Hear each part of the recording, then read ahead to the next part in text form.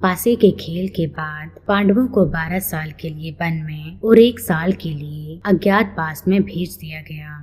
भगवान श्री कृष्ण ने सुझाव दिया कि जब वे जंगल में अपना समय बिताएंगे तो उन्हें तपस्या करके अपने लिए सर्वोच्च शक्तियां प्राप्त करनी चाहिए।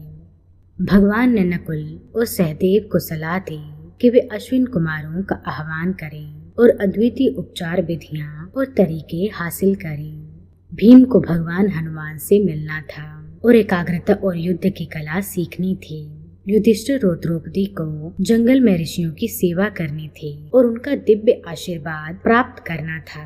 और अंत में भगवान ने अर्जुन को सबसे शक्तिशाली हथियार पाशुपता अस्त्र प्राप्त करने के लिए इंद्रकलाद्री पहाड़ी जाने और भगवान शिव का ध्यान करने के लिए कहा। भगवान श्री कृष्ण की सलाह के बाद अर्जुन अपने भाइयों से अनुमति लेकर भगवान शिव से शक्तिशाली पशुपता अस्त्र प्राप्त करने के लिए हिमालय की तराई में चले गए। वहां वे उस वन में रहते थे जहां जगह जगह पर ऋषि मुनि की कुटिया बनी थी। वहीं एक कुटिया अर्जुन की भी थी। उस वन में तरह तरह के पशु पक्षी रहते थे।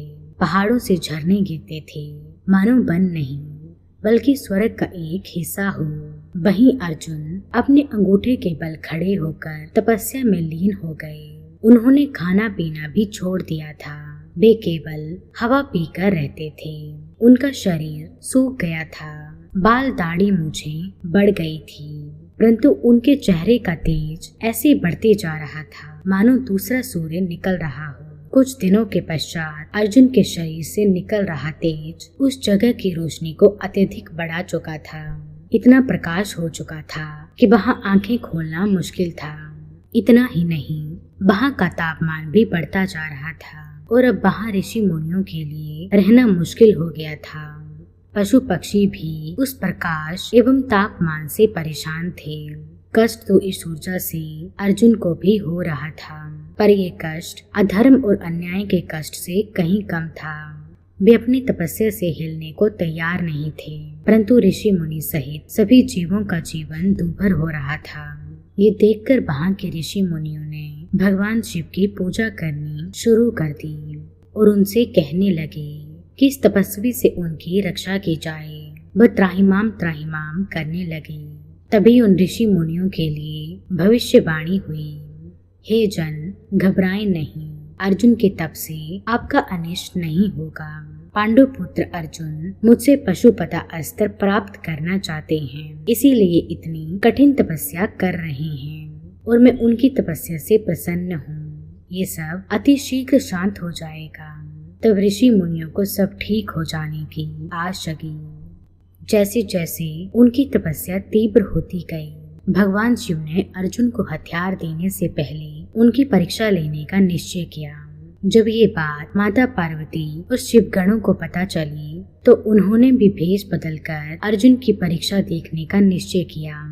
भगवान शिव और माता पार्वती ने शिकारी का रूप धारण किया और वहां आए जहां अर्जुन तपस्या कर रहे थे। उनके साथ शिवगण भी थे जो शिकारी की जनजातियों के रूप में वहां आए थे। इसी बीच मूक नाम का एक राक्षस अर्जुन पर हमला करने के लिए जंगली शूकर के रूप में आया। जंगली शूकर का शोर सुनकर अर्जुन की तपस्या भंग हो गई और उन्होंने तुरंत शूकर पर तीर चलाकर उसे मार डाला। उसी समय वहां शिकारी के भेष में मौजूद भगवान शिव ने भी शूकर पर बाण चला दिया। भगवान शिव और अर्जुन दोनों दौड़ते हुए आए तो देखा कि शूकर मृत पड़ा हुआ था और उसके शरीर में 2 तीर लगे हुए थे। अब शिकारी और अर्जुन के बीच में इस बात पर बहस छिड़ गई कि वास्तव में किसने पहले तीर चलाया और शूकर को मार डाला। ये बहस अंततः उन दोनों के बीच लड़ाई में समाप्त हुई। उनके बीच हुए महान युद्ध में अर्जुन के सभी तीर समाप्त हो गए और उसका तरकश खाली हो गया। शिकारी ने आसानी से अर्जुन को हरा दिया था।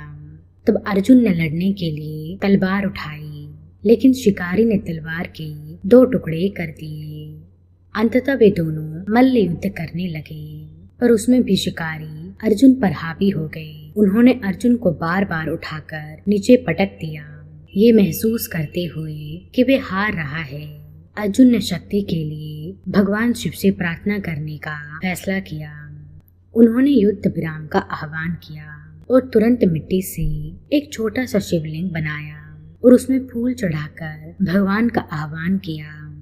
अर्जुन को आश्चर्य तब हुआ जब उसने देखा कि उसके द्वारा शिवलिंग पर चढ़ाए गए फूल शिकारी के चरणों में थे। अर्जुन को अब एहसास हुआ कि जिस शिकारी ने उस पर इतनी आसानी से काबू पा लिया था वे कोई और नहीं बल्कि स्वयं भगवान शिव थे।